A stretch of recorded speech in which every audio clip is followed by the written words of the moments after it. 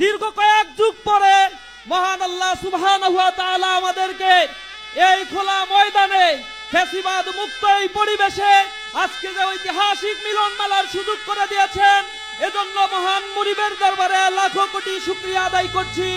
রব্বানা লাকাল হামদ হামদান কাসীরান তাইয়িবান মুবারাকান ফি। সংগ্রামী উপস্থিতি, আজকে যে 7 দফা দাবি নিয়ে জামাত ইসলামীর মহাসমাবেশের আয়োজন হয়েছে, ইন্টারিম গভর্নমেন্টের কাছে বিনীতভাবে অনুরোধ জানাই তারা অনতি বিলম্বে এই দাবি মেনে নিয়ে একটি সুষ্ঠু নির্বাচনের ব্যবস্থা করবেন।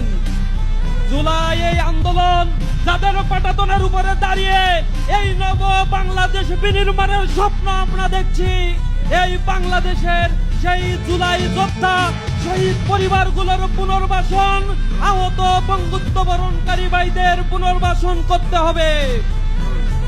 পাশাপাশি জুলাই ঘোষণাপত্র অনতি বিলম্বে সংবিধানের অন্তর্ভুক্ত করতে হবে এবং এই জুলাই মাসেই জুলাই ঘোষণাপত্র দিতে হবে। সংগ্রামী উপস্থিতি, এই আন্দোলনের সূতিকাগার সূত্র যেখান থেকে হয়েছিল, এই ক্যাম্পাসগুলোতে আমরা দেখেছি ক্যাম্পাসে বিগত ফ্যাসিবাদের আমলে শিক্ষা ব্যবস্থাকে ধ্বংস করে দেওয়া হয়েছে। শিক্ষা সংস্কার কমিশন গঠনের জন্য আমি উদাত্ত আহ্বান জানাচ্ছি।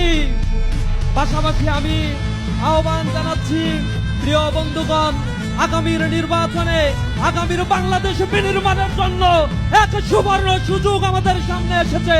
এই সুযোগ যেন আমরা হেলায় খেলায় না হারাই।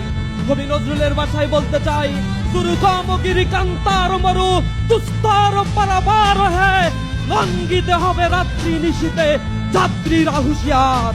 আমাদের সজাগ থেকে দৃঢ় কদমে আগামীর বাংলাদেশকে করে তোলার জন্য সর্বশক্তি বিনিয়োগ করতে হবে।